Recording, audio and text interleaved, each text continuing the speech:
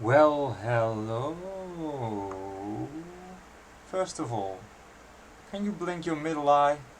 I can apparently. This is not a fancy video, it's a phone edit.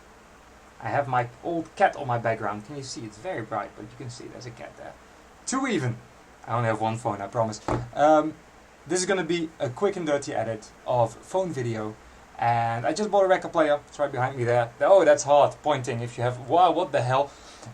It was a €5 record player, kinda nice. I also bought a tiny little TV, there's more of that on the end of the video. I'm just gonna show you what I did to that record player. Nothing fancy, just a phone video, barely any editing, you're getting a pretty raw thing. And I just aimed the camera or the phone at the record player and the work that I was doing. It's not gonna be great camera work, it's not gonna be great editing, but it will show you the little work I did on this rather good and very cheap record player. Enjoy. Flea market, bought two things. First of all, this €5 Sansui record player was sick, which is actually a really nice thing. If these work, they are remarkably good. And a cute little color TV, but the owners told me it was red. And I don't think you heard very well because it is black, so that's a bit sad. But we're still gonna try it out because €2.50 little color TV, that's just awesome. Look at it, 6-inch, wow. Well. Ooh, things are tangled. Why do things always tangle? Well. Here we are. It's the Sansui that I just picked up. Can you see it properly or do I need to? No, we don't really need to wide angle this one. I just picked this up at the flea market as you saw, and I did already give it a quick wipe down because it was very dusty, but other than that not very dirty. It just gathered dust because no dust cover, but no nicotine, no smudges, just dusty. Actually looking in really good shape now. Some tiny scrapes. It has a American plug. Sansui did that back in the day. I have an adapter that actually fits well. That's the last one though, I should get some. So I did already test it a bit and it does run. It runs perfectly on 33, even the pitch control works fine. Just at 45 I can't get it to the correct speed. That's probably just internal adjustment. Stylus is dead. It should still work, but it's completely twisted and tilted, so it's not going to sound great. Yep. Auto return seems to work fine. Here it goes, and up you go. Okay, it worked fine last time I tested it. Probably if I give it one exercise, it's going to be okay. So let's do this while I kick off my shoes because it's 33 degrees something outside, which is very warm. Let's try the auto return again. Yeah, there it goes already. Yay! So it just needed to wake up after transport. So this is actually in perfectly good condition. It has no dust cover, but it was €5. Come on, €5. I'm going to open it up and readjust the pitch because that is obviously off. But before I do that, and that's actually something you should always do, check if it's consistent. Because sometimes you switch it and then all of a sudden it does something else every time you switch it. So we have our stroboscope here. Let me remove the light a little. Let's have it run. Ooh, almost took the arm too far there, then it would automatically stop again. So you can't actually see it. I hope I can put you a little lower, but you're on a little mini tripod. And you can't really see that one. The top one is the one to look at. It's sort of standing still now. There it's going. See, as you can see, it's even working smoothly. And on 45... the 45 one is the... Hey! I must have been looking at it wrong because that is perfectly okay now as well. Or the switch is iffy. So we got 45 about correct. Now do 33. That's correct. 45. 33. 45. Okay, so that's fine then. What I'm going to do now, and this is actually becoming an issue because I don't have many left. I need to find a cartridge to use with this. Let me get you some wide angle. Here's my box of many things. So chances are, and that would be amazing, that I still have a stylus for this. This is the original Sansui cartridge. The SC50, it definitely needs a little fixing because it's all twisted, but it's working. But the stylus, not sure if I can make that visible. It was bent anyway. I could bend it back, but that makes no sense because it's, as you can see, not straight. It should be like that. So it's very much broken, but it does look familiar to me. So I wonder if I still have one of those, maybe in one of my boxes. What does it look like? Square? Right, no, I don't think I have that actually. But let me check before I mount a new car. That's all Stanton and Shore. That's all Autophone. Here we got some weird Japanese things. Nothing. Well, this is probably actually the correct stylus, but this one is bent as well. Yeah, that is actually it, look. That would have been the stylus, but it's completely bent, so that's a waste. So we have no stylus, but what we do have is a perfectly okay Shure M75 here. It has a broken stylus, I think, but I still have styli, if I'm not mistaken, for the M75. So I'm gonna check that first, actually. Do I still have styli for the M75? As I said, this is becoming a problem. I don't have many anymore. No, I do not actually. We got some Stantons here. Do I still have a Stanton 500? Maybe. Because I have some styluses for that, styli for that. This won't close because there's a stylus in the way. Not sure if you can see what I'm doing now. I'm sorry if you can't. Oh, wait a second. Here's a Philips. How does that look? It's actually taped shut, but with a bit of a sticker for a cassette. This looks new. That is new. So we're going to find ourselves a Philips because I prefer that to the Stanton. Now I do know it's not a perfect match with this arm. It's actually a bit on the compliant side, but come on. It's better than a broken stylus. Let's see. Also, the Philips are much nicer to mount. So this is a Philips, I think a 400 stylus. I don't think it will fit the 401 card properly. Let me show you a little up close. Does it or does it not? See, this is the problem. It works, but it looks, as you can see, iffy. It's not going to focus well on this. I'm sorry, but this is just a video because I don't want to not show you all. Let me get you some light. So that won't work. It will work in a 400 and a 500. It will work just fine in a 400, as you see. That looks a lot better. But do we have a 500? Because they do sound a lot better. Here's a 500. There you go. Philips GP500. Now, got to be careful when I take it out, because if it flips over, it immediately breaks the stylus. Been there, done that more than once. There you go. One Philips GP500. Very nice cartridge. Usually functional. Can't be sure about this one, but let's get ourselves a little iFixit kit. Not sponsored at all. But genuinely really good stuff for the money it costs. It's not very expensive. Let me aim the fan at myself because I am melting here. Okay. Here's the iFixit kit. So, and I need my pliers.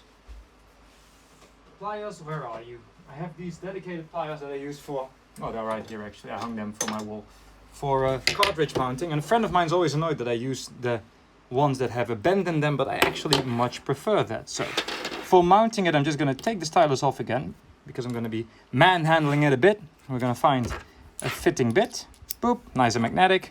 And we're going to take this cartridge off, the Sansui SR-D3. Now, I don't know if it's any good. I don't think I've ever heard one properly. But I'm going to keep it, of course, because you never know when you're going to run into a stylus. I'm going to have to do some research, though, because I need to figure out. I have so many styli, of which I don't know which cartridge goes with them, and vice versa. And it's actually a bit of a waste. I'm trying to get these off, but I'm half looking through the camera. There we are. So I'm going to actually put a stylus in this, because I want to be able to recognize it. There you go. And it should be usable for testing this way, so at least I can test if it still sort of works. Now, Philips, you're going to have to know it's not all the same. Usually it's left plus, left minus, right minus, or ground. With a Philips, it's left plus, right plus. It says so LR. You can't read it probably, but it says so. Let me show you. There you go. And it says LG, RG, left ground, right ground. So you need to know that in order to connect it the correct way. It is connected the right way on the other side because it was working properly. So here we go. I'm actually going to sort of aim you and not look through the screen, because that's never going to work. And we're going to start at the bottom. Automatically doing what I'm used to. Okay, that is still correct. Left ground. And is it clamping correctly? Sort of. I hope that's good enough. And I'm doing this the wrong way around. See, right ground. And left ground is blue. Boop. And then I assume this is left plus. And this, left plus and left minus. There we are. Did I get it right? Not minus, by the way. Right plus, obviously. God, I can't think today, but you get the idea. This is not an instructional video. There we are. And then comes the finicky bit. You have to sort of hold the nut. Hang on to your nuts. And screw it. I'm already losing it because it's moving outwards a bit. And screw it in. Now, this is a very frustrating job if you haven't done it. I make it look pretty straightforward, but there's a lot of very precise pressure you need in order to hold the nut in its position and in order to do all this with just two hands. It's possible, as you can see. So take your time, don't rush it, and there you go. It's mounted. It's not mounted correctly, so I'm going to slightly unscrew it now. There we are. And we're going to set it up properly. But not after we tested whether the cartridge actually works, because these tend to break. Not that often, but often enough to want to test them. We have one channel. There we go. Did something fall out, or is it actually broken? I think it is actually broken. And that is unfortunately a downside of the Philips cartridges. Let me try once more. Yeah, there's only one channel. So yeah, that happens. So we're going to have to do this again, unfortunately. Stylus out. That's a waste. Oh well, let's do this. I like that it still has the original Sansui head shell. These SR-D3s are actually really nice record players. They're nothing special, just your simple Japanese Ari drive, but the arm's pretty good. And they usually work fine. Even the pitch control pots are usually functional, which is quite rare. So, GP500, go away, because you know worky. That's a pity, but that happens sometimes.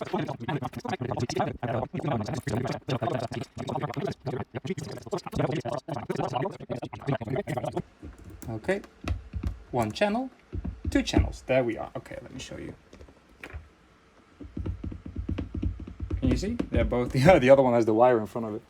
They're both working. There you go. So let me try a record just for shits and giggles. And then I'm going to adjust it properly because it's very much not straight in there right now. Lift is doing a good job. Okay, even though the stylus is, or the cartridge is way tilted, it already sounds a lot better than it did before. Slightly loosen the screws. There we are. Okay, so it moves, but not too smoothly. And then we're gonna put it on the record player. And we're gonna get our little protractor. Now, I could use a very fancy one. And I could use one that is exactly right for this arm, but it is not that precarious. This is not a high-end record player with a high-end cartridge. You can even use the super simple overhang checkers with only 1 point, but I like to use the ones that have 2. And they are suitable for most 9-inch stone arms. Well, this is a 9-inch stone arm. And to be honest, even if you use a different arm, it's not that far off. But I recommend you use one that suits the arm. So the key here is, and you can't really see it because, of course, you're a bit too high. But if you put the stylus on little dots here, like so, it needs to be exactly parallel or in one line with that line. Now, right now, it is too far tilted in that direction. So what we're going to do, if you now turn this until the line is straight, you can see the dot is too far backwards. So you just go boop, etc. So I'm going to tighten it a bit more, which is only a bit more because otherwise it's too smooth. It's too tight. Okay, that looks good. It's nice and straight. How about this one? This one's not quite right. So often there's points at which one works and the other doesn't, and that means it needs a lot of movement. So it probably needs to go a lot further forwards, and I'm really bad at physics, so I can't even explain why this works. But that's the one. This looks good. Straighten it just a little bit. I will check it once more once it's settled, but let me make sure it's very straight in the head shell, otherwise it won't track properly and it will look very wonky. That's spot on. That's spot on. So I'm actually looking from there. I'm putting my head all the way down. Okay, so we got that.